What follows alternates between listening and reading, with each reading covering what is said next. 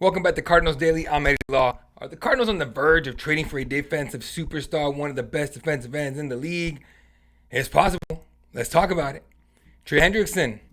Of course, we all know who Trey Hendrickson is. It is no secret. The Trey Hendrickson and the Bengals are headed towards a divorce. They're already stopped going out together. One's sleeping on the couch now, and the other one's giving the other one a silent treatment, just waiting for their day to walk out that door and find love in the arms of another team.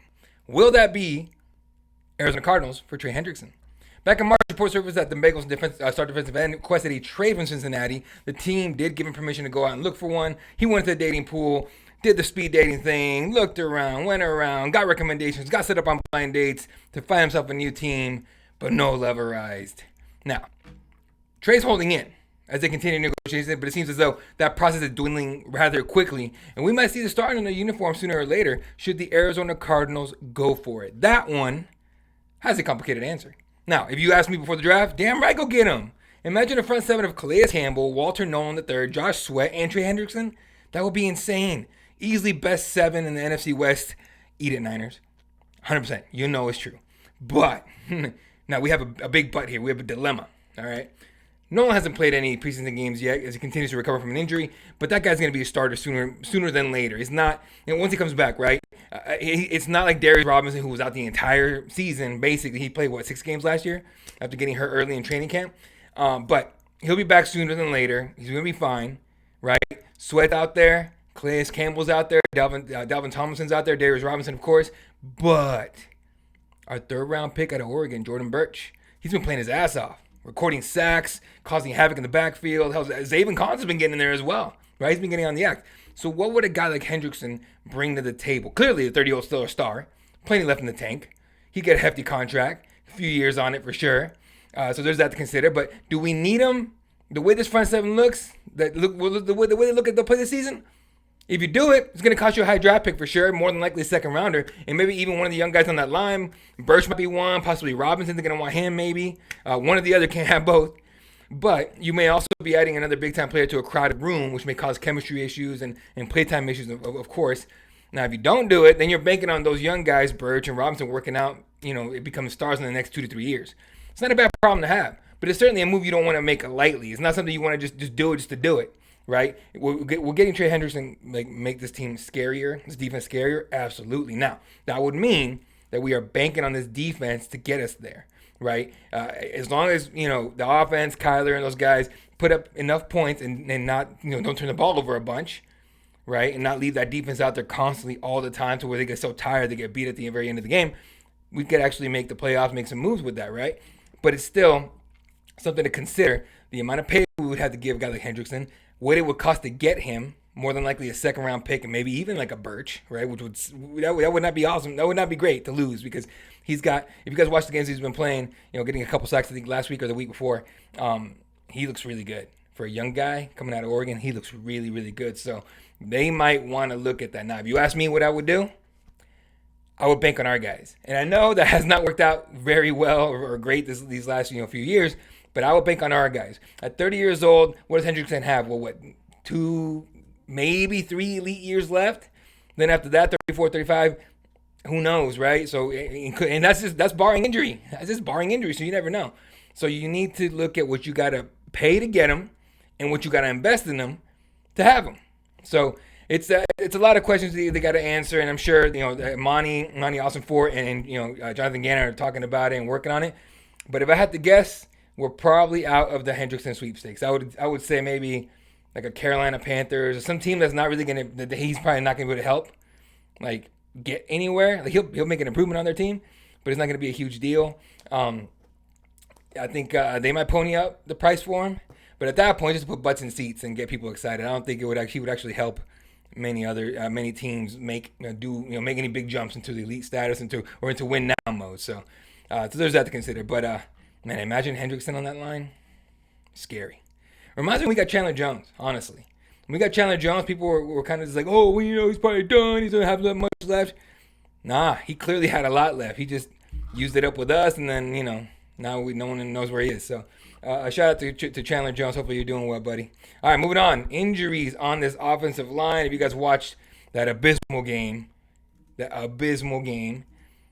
in Denver, you guys saw well, football's football, right? And injuries are unavoidable. We lost rookie lineman Hayden Connor with a knee injury. He suffered in a loss last week. 3 plays into the first drive, and he was done for the day with a knee injury, unfortunately. Good news, though, he walked off under his own power, so hopefully that means nothing's torn, nothing's too crazy.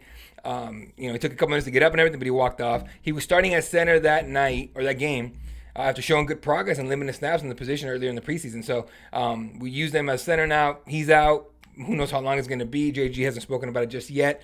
I'm sure media availability this week, he'll let people in on that. But starters looking like they're done for the preseason. It just looks like they're not going to play at all the rest of the way until week 1, which is a weird decision in my mind, because you would think you'd want that after that performance we had in week 1, preseason week 1. You probably want to see if they have any chemistry going and everything. So it's a weird one, but it is what it is. Now someone else is going to start at center in this preseason game. Maybe John Gaines the second. I don't think you push Hernandez in there at all, or you might find somebody else. But John Gaines has been limited with a thumb injury, but it looks like he's coming back from that pretty soon, if not this week. JG was quoted praising him, saying, quote, "He's resilient. He really is. He puts a lot into his craft. He's an A++ character, one of the smartest guys in the room." So it's good to have John Gaines in there, but he's healthy and everything. I would rather let him just go sit and heal up that thumb completely, have him ready for any backup roles he's going to have in these, especially these first couple weeks. Because, in the first 3 weeks, we always need depth for sure. All right, the rookie, Walter Nolan III. What are his hopes for week 1? Speaking of injuries, good news. Walter Nolan looks like he might come off the PUP list, the physically unable to perform list, this week or maybe next week. It doesn't mean he'll be able to play in week 1 or 2 for that matter. But it's a much better outlook than what Darius Robinson had last season, which you guys know. He was out for most of the season, played like 6 games, played okay. He was definitely way behind the 8 ball. Really expecting big things from Robinson this year. All right, he's been looking really good, so we'll see. I was also going to be on our linebacker, B.J. Ojulari, right? He hasn't seen any action since tearing his ACL in last year's training camp. This kid hasn't played football like a game in a long time. If he comes up the PUP list, hopefully that means that he's much closer to getting back from that tear, back on the field. But he'll be coming back to a packed linebacker room, man. But that's what happens in football. It waits for no one. It didn't even wait for Brett Favre.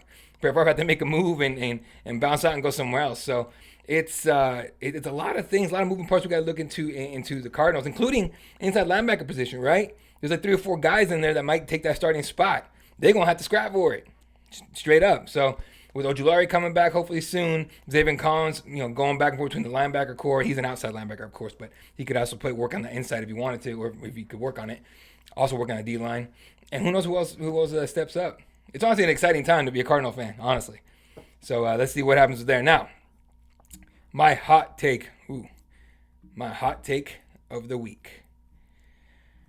Man, it involves a player nobody really thinks is going to have any effect on this team this season, right? But for crying out loud, can we please, for the love of the football gods, do something about Clayton Ton? How is this team subjecting Cardinal fans to 4 quarters of Clayton Ton not being able to get a first down? I think, okay, he got one. All right, I give him that. He got 1 first down. Great. But man, please, can we sign an undrafted rookie or something? With every throw, it was like my mental health was getting a quick jab and an uppercut, man. That was painful. Look, man, Clayton Ton, he's never going to be a starter, or he shouldn't be a starter in the NFL, honestly. He's definitely going to be he's definitely a journeyman. He's definitely a backup. But you can't tell me that you can't find somebody better than Clayton Ton to be your 3rd stringer. Like, come on. So what do you do this weekend against the Raiders? If you're not going to play the starters, do you just let Jacoby Brissett play the whole game? Unlikely, because we don't want him to get hurt either. But maybe let Jacoby, maybe just run the ball a bunch. Don't let Clayton throw the ball, please. That was just painful to watch. It was painful. Maybe sign a rookie, undrafted rookie, be like, hey, kid, have at it. But that was such a bad look from Clayton Ton that everyone's talking about getting rid of Clayton Ton. The 3rd-string quarterback.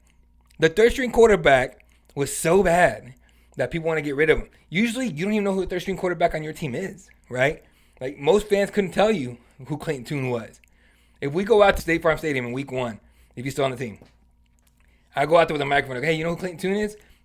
I would say roughly 40% will know. Roughly. And that's rough, right? So, yeah, it's a painful thing to see. Clayton, no hate to you, my man, but damn, that was bad. That was bad. All right, folks, that's going to do it for today's Cardinals Daily. Follow me on all the socials. Hit that subscribe button. Hit that bell. Definitely hit that bell. It will get you a little notification from YouTube that says, hey, episode's up. All right, fire over a like and a comment. We'll come back tomorrow for more Cardinals football. Ladies and gentlemen, we're that much closer to week 1 of some real NFL football. Go Cardinals.